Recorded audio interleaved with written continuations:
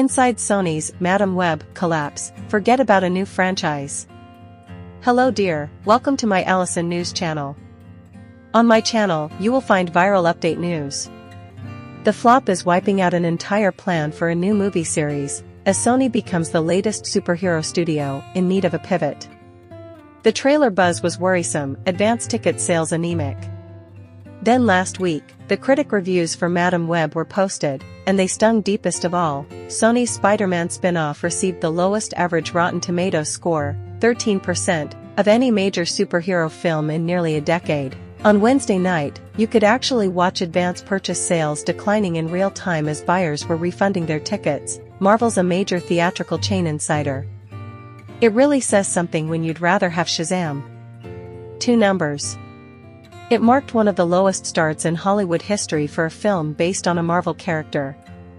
Domestic box office for the first 6 days in North America was just $26.2 million after opening midweek on Valentine's Day. International tallied $25.7 million from 61 markets. Even the fan-friendly CinemaCore grade was poor, C+, extremely low for a superhero title. Like DC and the once unstoppable Marvel, Sony is now finding itself in under the gun to reevaluate how it makes comic book movies.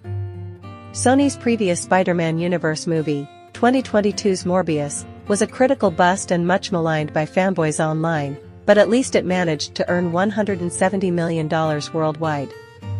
There's no such hope for Madam Web. Plus, the feature's collapse doesn't just impact this film, but a new potential franchise led by star Dakota Johnson that Sony had hoped to spin out. Spoiler alert, her character is connected to Peter Parker, whose birth is documented in the movie.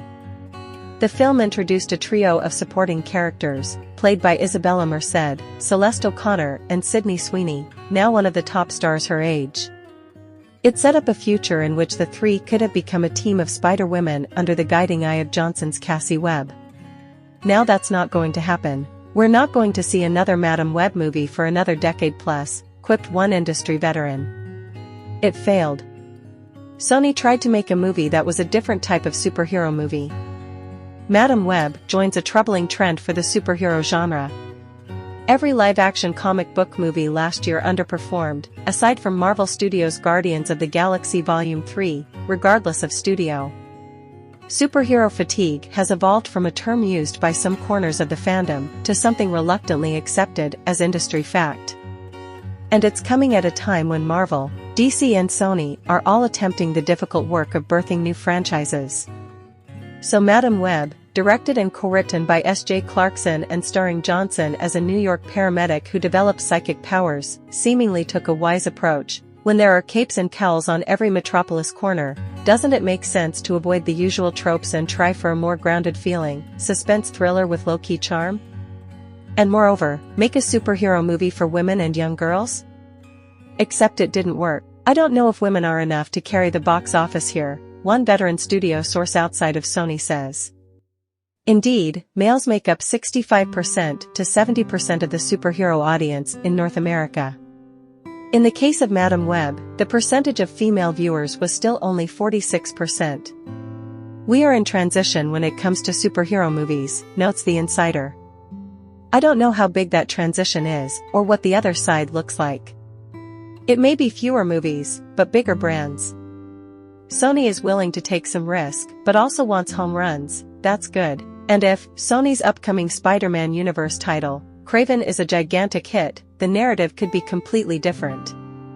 So it's too early to know the outcome. The current mood on the Sony lot is gloomy, an insider says. The studio has certainly had notable wins under movie chief Tom Rothman's tenure, including the Oscar-nominated Spider-Verse series and the live-action Venom. A third Venom, starring Tom Hardy, is due out November 8th.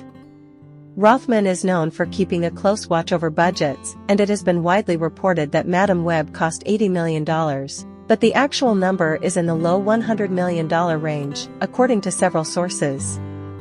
Still, that's far less than the $200 to $300 million routinely spent by Marvel or DC.